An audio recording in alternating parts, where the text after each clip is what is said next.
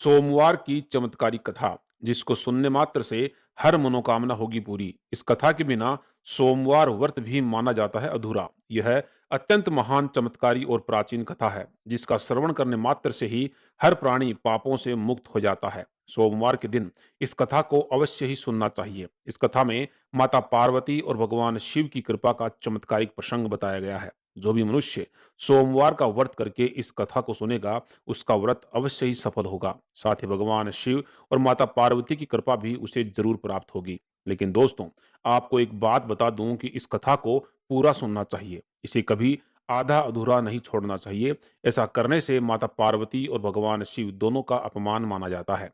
अतः कथा को अगर सुने तो पूरा सुने, अन्यथा इस वीडियो को यहीं पे बंद कर दें।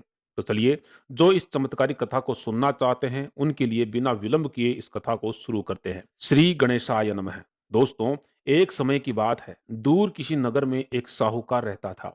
उसके पास धन की कोई कमी नहीं थी, लेकिन फिर भी वह हमेशा ही दुखी रहता था क्योंकि उसकी कोई भी संतान नहीं थी। फिर कुछ दिनों पश्चात एक महान संत उनके द्वार पर आते हैं और उनकी व्यथा को सुनकर उन्हें सोमवार का व्रत करने का सुझाव देते हैं। संत की बात सुनकर साहूकार और उसकी पत्नी दोनों ही सोमवार का व्रत करने लगे। प्रत्येक सोमवार शिवजी के मंदिर में जाकर पूरी निष्ठा और भक्ति भाव से शिवजी की आराधना एवं पूजा करने लगे। उस साहूकार और उसकी पत्नी की भक्ति देखकर माता पार्वती बहुत प्रसन्न हुई और उन्होंने शिवजी से प्रार्थना की, हे प्रभु, आपके भक्त साहूकार और उसकी पत्नी बहुत समय से सोमवार का व्रत कठोरता से कर रहे हैं। उन्हें उनकी भक्ति का फल निश्चित ही मिलना चाहिए।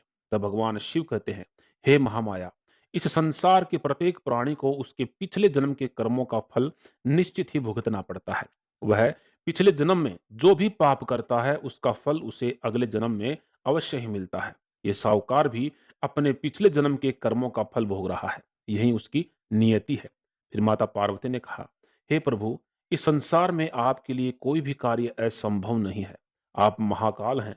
मृत्यु भी आपकी ही आज्ञा का पालन करती है। आप बड़े बड़े पापियों को भी क्षमा कर देते हैं, तो आप इस भक्त को भी उसके पिछले जन्म के कर्मों के लिए क्षमा करके इसकी इच्छा को पूर्ण कीजिए। माता पार्वती के बार बार आग्रह करने पर भगवान शिव साहूकार की प्रार्थना को सुनने के लिए तैयार हो जाते हैं और एक दिन सोमवार को स्वप्न में उसे दर्शन देकर पुत्र प्राप्ति का वरदान देते हैं और कहते हैं, तुम्हारे पुत्र की आयु केवल 12 वर्ष की होगी और उसके बाद तुम्हारा पुत्र कैलाश में चला आएगा। सुबह जागने के बाद साहूकार ने यह बात अपनी पत्नी को बताई। वह दोनों ही ना तो प्रसन्न होते हैं और ना ही दुखी, किंतु भगवान की इच्छा समझकर स्वीकार कर लेते हैं और फिर से शिव भक्ति में लग जाते हैं। कुछ समय के बाद उस साहूकार को पुत्र रत्न की प्राप्ति हुई, जिससे प्रसन्न होकर साहूकार ने पूरे गांव में धूमधाम से उत्सव बनाया। लेकिन मन ही मन वह जानता था कि उसके पुत्र की आयु पहले ही निश्चित हो गई है। कुछ साल बीतने के बाद जब साहूकार का पुत्र 10 वर्ष का हुआ तो साहूकार ने उसे काशी में विद्या ग्रहण करने के लिए भेज दिया। उसे लगा कि वहां के संतों के सानिध्य में रहेगा तो ईश्वर की कृपा होगी, इसलिए उसने अपने पुत्र के मामा यानी कि अपने साले को बुलाकर उसे बहुत सारा धन देकर अपने पुत्र को उसके साथ काशी में पढ़ने के लिए भेज दिया। जाते समय उसने कहा कि रास्ते में जो भी साधु संत मिले उनकी सेवा करना, दान धर्म करना और जहां भी शिव मठ अथवा शिव मंदिर मिले वहां शिव जी की पूजा करते हुए जाना। और फिर पिता से आज्ञा लेकर दोनों ने काशी की ओर प्रस्थान किया। काशी के मार्ग में उन्हें एक नगर मिला जहां पर एक राजा की पुत्री का विवाह एक राजकुमार से होने जा रहा था, लेकिन वह राजकुमार एक आंख से काना था। इसी कारण से राजकुमार के पिता ने एक योजना बनाई कि वह विवाह के समय अपने पुत्र के स्थान पर किसी सुंदर बालक को बिठा देगा ताकि राजकुमारी विवाह के लिए इनकार ना कर दे। उसी समय वहां पर वह साहूकार का पुत्र और उसका मामा पहुंच गए। उस साहूकार के पुत्र को देखकर उस राजा ने उसे कहा कि तुम मेरे पुत्र के स्थान पर राजकुमारी से विवाह करो और मैं तुम्हें बहुत सारा धन दूंगा। फिर उसके मामा ने हाँ कर दी और साहूकार के पुत्र का विवाह राजकुमारी के साथ हो गया। लेकिन साहूकार के पुत्र को यह बात बहुत बुरी लगी, इसलिए उसने राजकुमारी की चुनरी पर लिख दिया कि तुम्हारा विवाह मेरे साथ हुआ है और तुम जिस राजकुमार के साथ जा रही हो वो एक आंख से काना है। मैं तो काशी में पढ़ने के लिए जा रहा था तो राजा ने मुझे उसके स्थान पर बैठा दिया। साहूकार के पुत्र के जाने के बाद जब राजकुमारी ने यह बात पढ़ी तो वह बहुत क्रोधित हो गई और उसने यह बात अपने पिता को बता दी और उस राजकुमार के साथ जाने से इनकार कर दिया। और फिर वो रोते हुए शिव जी के मंदिर में जाकर शिव जी की पूजा करने लगी और उसने अपने पति को वापस पाने के लिए सोमवार का व्रत करना शुरू कर दिया। दूसरी ओर साहूकार का पुत्र और उसका मामा दोनों काशी में पहुंच गए। वहां पहुंचने के बाद उन्होंने बहुत से साधु संतों की सेवा की और दान धर्म करने लगे। इसी प्रकार समय बीतने लगा और फिर जब साहूकार के पुत्र की आयु 12 वर्ष की हुई तो उसके मामा ने काशी में एक यज्ञ का आयोजन किया और सभी ऋषि मुनियों को निमंत्रण दिया। यज्ञ के बाद साहूकार के पुत्र को नींद आने लगी और वह सोने के लिए शिव मठ में चला गया और उसी समय नींद में उसकी मृत्यु हो गई। जब उसका मामा उसे देखने के लिए अंदर आया तो उसे पता चला कि उसके भांजे की तो मृत्यु हो चुकी है, जिससे वह बहुत दुखी हुआ, लेकिन वह चुप रहा और उसने सभी ब्राह्मणों और ऋषि मुनियों को दान दक्षिणा देकर विदा किया। उसके बाद वह बहुत जोर जोर से विलाप करके रोने लगा और भगवान शिव और माता पार्वती को पुकारने लगा।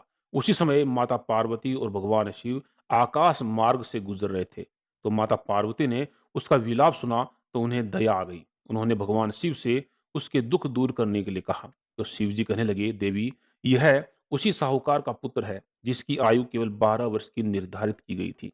लेकिन माँ तो माँ होती है, उसकी ममता की कोई सीमा निर्धारित नहीं होती। अपने पुत्र को वो कभी दुख में नहीं देख सकती। इसलिए माता पार्वती मातृभाव से विभोर होकर शिवजी से आग्रह करने लगी, हे प्रभु, देखिए उस बालक के मामा आपके भक्त हैं। उस साहूकार के पुत्र की पत्नी भी सोमवार का व्रत कर रही है और अपने पति की राह देख रही है। उसकी माता भी अपने घर उसकी राह देख रही है। आप अपने इतने सारे भक्तों को कैसे नजरअंदाज कर सकते हैं? वे सभी उसके वियोग में प्राण त्याग देंगे। कृपया आप उस बालक पर कृपा करें।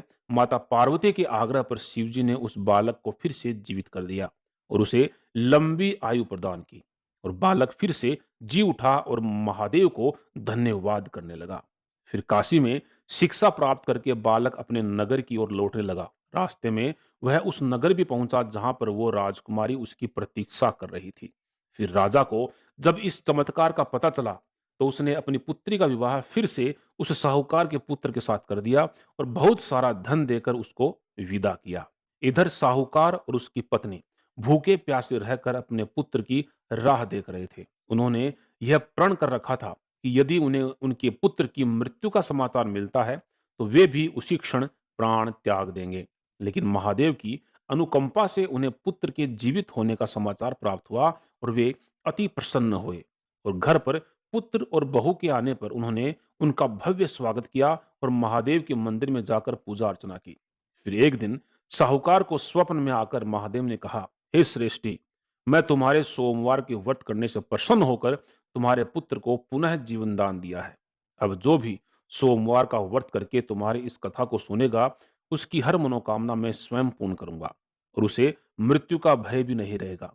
साथ ही अगर जो सोमवार का व्रत करके तुम्हारी इस कथा को नहीं सुनेगा उसका व्रत भी अधूरा माना जाएगा।